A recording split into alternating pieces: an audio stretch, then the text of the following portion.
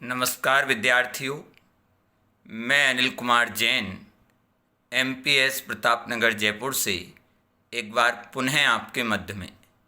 प्रिय विद्यार्थियों, आज हम राम लक्ष्मण परशुराम संवाद इस रचना का 5वां छंद काव्यांश समझेंगे। इससे पूर्व हम 5 वीडियोज में चारों काव्यांशों का अर्थ व पूरी रचना का सारांश समझ चुके हैं। लीजिए हम प्रारंभ करते हैं 5वें काव्यांश का अर्थ। 5वें काव्यांश के पूर्व चौथे काव्यांश के अंत में लक्ष्मण ने परशुराम को वीर व कायर के मध्य में अंतर बताया था और कहा था कि जो युद्ध के मैदान में शत्रु का मुकाबला करता है, सामना करता है, उसे हरा देता है, वह वीर व्यक्ति है, और जो केवल वाणी से अपनी वीरता का बखान करता है वह कायर पुरुष है। लक्ष्मण ने परशुराम के सामने इस प्रकार की बात रखी थी। अब आगे 5वें छंद की प्रारंभिक लाइन में, प्रथम लाइन में लक्ष्मण अपनी बात को रख रहे हैं फिर से। तुम्हें तो काल हाँक जनु लावा, बार बार मोहि लागी बुलावा। बार बार पुनरुक्ति प्रकाश अलंकार का प्रयोग है। लक्ष्मण मुनि परशुराम से कहने लगे, मोहि मुझे, लागी बोलावा। हे मुनिवर, आप मुझे जो बार बार धमकियां दे रहे हैं, बार बार जो कुल्हाड़ा दिखा रहे हैं, उससे तो ऐसा लगता है जैसे आप कालू मतलब मौत, मृत्यु, मरण कहते हैं, जैसे मेरी मौत को आप जबरन ही हाँक कर ला रहे हों। मानो जनु, उत्प्रेक्षा अलंकार का प्रयोग याद रखना कि मानो आप मेरी मौत को जबरन ही हाँक कर लाने का कार्य कर रहे हों। लेकिन लक्ष्मण कहते हैं कि ऐसा संभव नहीं है। आपके डराने, आपके धमकाने से हम कोई डरने वाले, कोई भयभीत होने वाले नहीं हैं। पहली लाइन क्लियर चिल्ड्रन सभी को?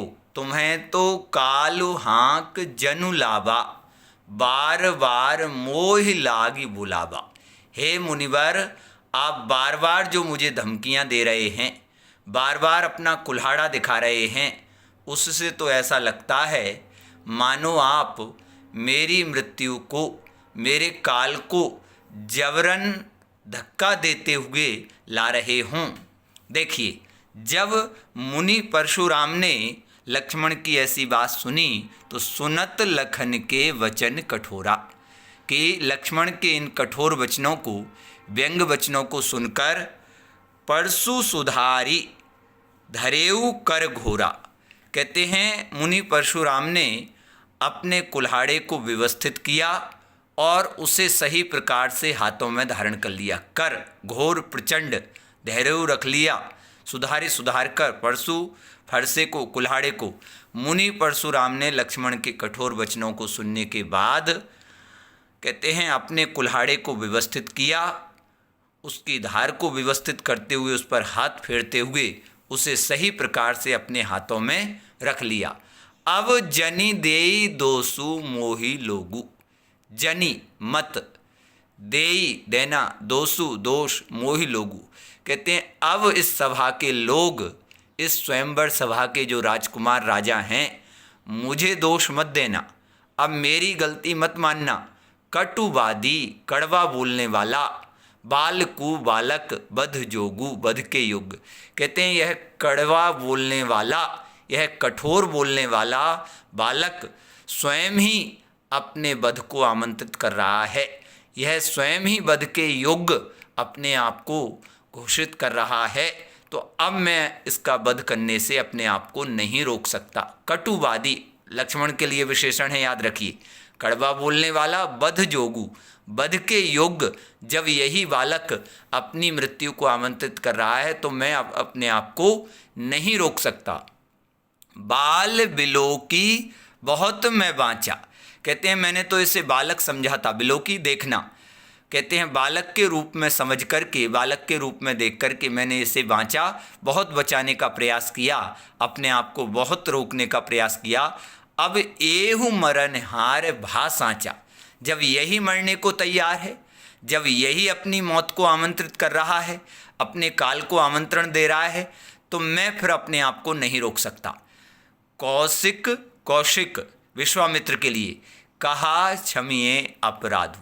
जब मुनि विश्वामित्र को बात लगी कि अब कुछ गड़बड़ होने वाला है, अब स्थिति बिगड़ने वाली है, जब उन्हें स्थिति बिगड़ती हुई दिखाई दी तो विश्वामित्र ने आगे आकर मुनि परशुराम से निवेदन किया। क्या किया? कौशिक विश्वामित्र कहा, कहने लगे क्षमिए अपराधु, हे मुनिवर इस बालक के अपराध को क्षमा कर दें। बाल दोष गुण गण ही न साधु। कहते हैं जो साधु जन होते हैं, जो संत जन होते हैं, वो बच्चों के गुण और दोष की गिनती नहीं करते हैं, गुण और दोष पर कोई ध्यान नहीं देते हैं। बच्चा कोई अच्छा कर दे तो उस पर ध्यान नहीं देते, और बच्चा कुछ बुरा कुछ गलत कर दे तो उस पर भी ध्यान नहीं देते हैं।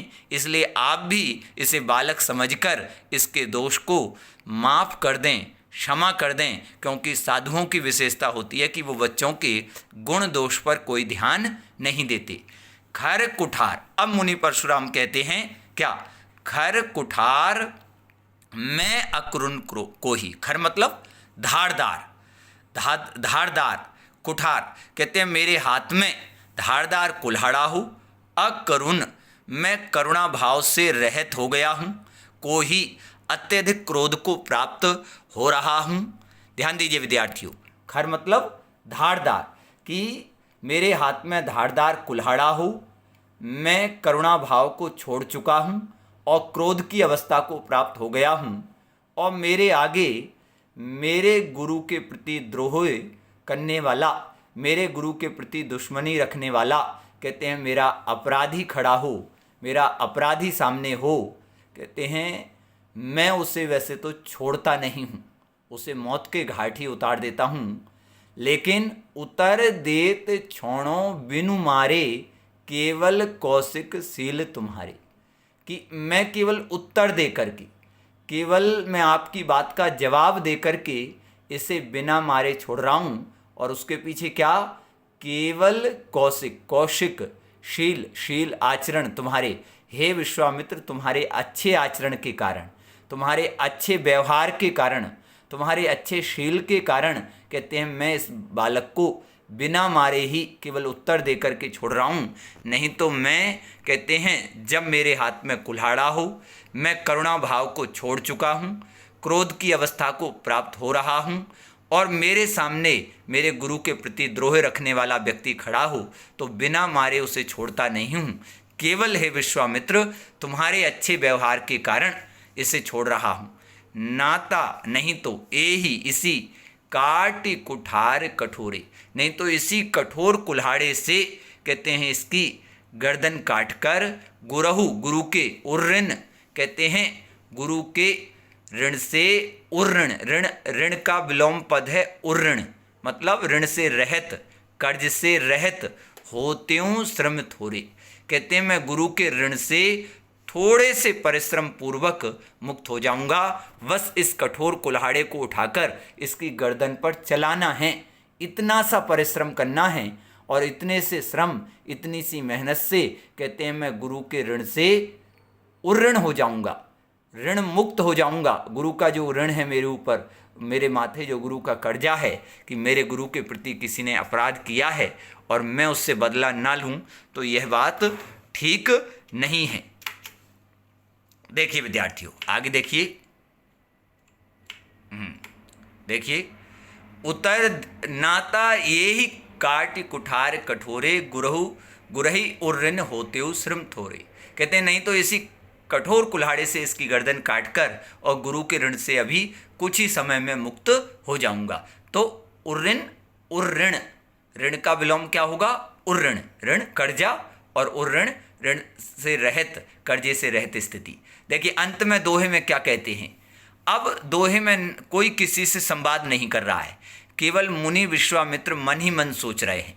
ये दोहे में कौन सोच रहा है? मुनि विश्वामित्र मन ही मन सोच रहे हैं। गाधी सुनु कह हृदय हसी, मुनि हरि हरे सूझ। गाधी किसके लिए? विश्वामित्र के लिए आया है, याद रखिए। गाधी ऋषि के पुत्र। कहते हैं जब गाधी ऋषि के पुत्र विश्वामित्र ने मुनि परशुराम की सुनु ऐसी बातों को सुना तो कह हृदय, अपने मन से ही कुछ कहते हुए, अपने मन में ही अपने मन से कुछ कहते हुए हंसने लगे। मुनि हरि हरे सूझ। इन मुनि परशुराम को तो सब कुछ हरा ही हरा दिखाई दे रहा है। हरा ही हरा दिखाई देना मतलब सब कुछ अपने पक्ष में दिखाई दे रहा है। इन्हें ऐसा लग रहा है कि इन जैसा वीर पराक्रमी योद्धा कोई और नहीं हो सकता है। इन जैसा वीर पराक्रमी योद्धा कोई और नहीं हो सकता है। ऐ मैं खाण न ऊख मैं, अझऊँ न बूझ अबूझ। चिल्ड्रन याद रखिए, यहाँ पर यमक अलंकार का प्रयोग ऐ मैं, ऐस मतलब लोहा, कि ये राम लक्ष्मण। खाण का अर्थ होता है, दो अर्थ खाण के। क्या अर्थ छुपे हुए हैं इसमें? एक तो तलवार और एक गन्ने के रस से बना हुआ मीठा पदार्थ, गन्ने के रस से बना हुआ कोमल पदार्थ। तो मुनि विश्वामित्र मन ही मन सोच रहे हैं कि इन मुनि परशुराम को सब कुछ अपने पक्ष में दिखाई दे रहा है। अपने पक्ष में लग रहा है कि भाई मैं ही पराक्रमी हूँ, योद्धा हूँ, ये राम लक्ष्मण मेरे सामने कुछ भी नहीं है। मुनि विश्वामित्र सोच रहे हैं कि मैं खाण, ये राम लक्ष्मण लोहे से बनी हुई धारदार तलवार के समान हैं। ऊख में, ऊख गन्ना, गन्ने से बने हुए कोमल पदार्थ के समान नहीं है, मीठे कोमल मिष्ट पदार्थ के समान नहीं है। अझऊँ, अभी भी कहते हैं ना, नहीं, न बूझ, नहीं समझ रहे हैं, अबूझ, अनजान बने हुए हैं। कि अझऊँ, अभी भी इस बात को समझने का प्रयास नहीं कर रहे हैं, इस बात से कहते हैं अनजान बने हुए हैं। जबकि राम लक्ष्मण कहते हैं कोई गन्ने के रस के समान कोमल नहीं है कि तुरंत डर जाएंगे और भाग जाएंगे, बल्कि राम लक्ष्मण तो लोहे से बनी हुई धारदार खाड़ के समान, धारदार तलवार के समान हैं कि वे कहते हैं हर किसी से टकराने को तैयार हैं। लेकिन यह बात राम मुनि परशुराम को कहते हैं समझ में नहीं आ रही है, इस बात से वे अनजान बने हुए हैं। इस प्रकार से यहाँ पर अपन ने विद्यार्थियों 5वां छंद किया। आप सभी इसे ध्यान से सुनिए, समझिए। नमस्कार विद्यार्थियों।